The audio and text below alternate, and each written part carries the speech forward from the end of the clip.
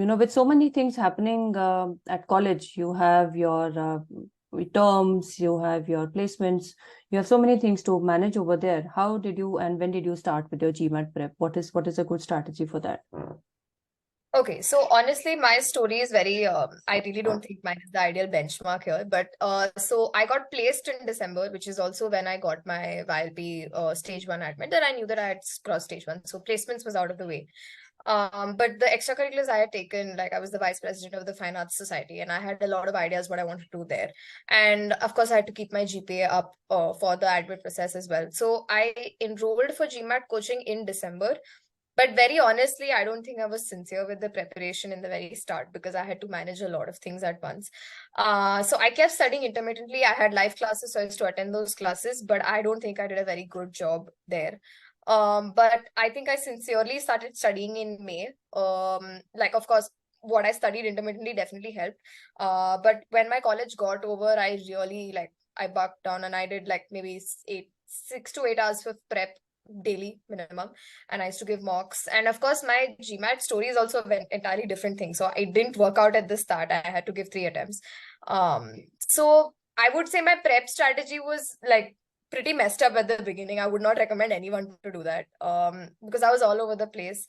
But what I would say is to focus on the basics. I think while studying intermittently, I really didn't pay attention to the basics and I was just excited to solve questions. But I would never end up getting to solve the questions unless I, prep the basics first. That's one thing. Secondly, I feel like maintaining an error log is very, very, very important, which is something I again messed up in stage two. And I had to go back and redo all my questions and make the error log again. And third is I think in terms of mocks, finally I feel like I really focused on analyzing my mocks, not just with what question went wrong, but with how much time I took per question, what was my rationale while reading the question itself. So I used to like scribble on the paper while attempting the mock only if I was confused or if I panicked during the question, so that I could go back and see where I panicked or why did this question make me feel a certain way.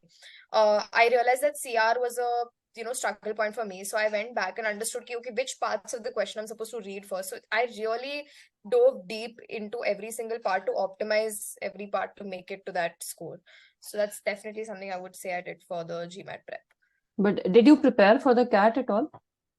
No, I didn't. My plan was to prep, as in I had all my bets on ISB, and then I was hoping that would work out, so I wouldn't have to prep for CAT. But my plan was to work maybe 1 or 2 years and then give my CAT because I wanted that work experience. Okay. Okay.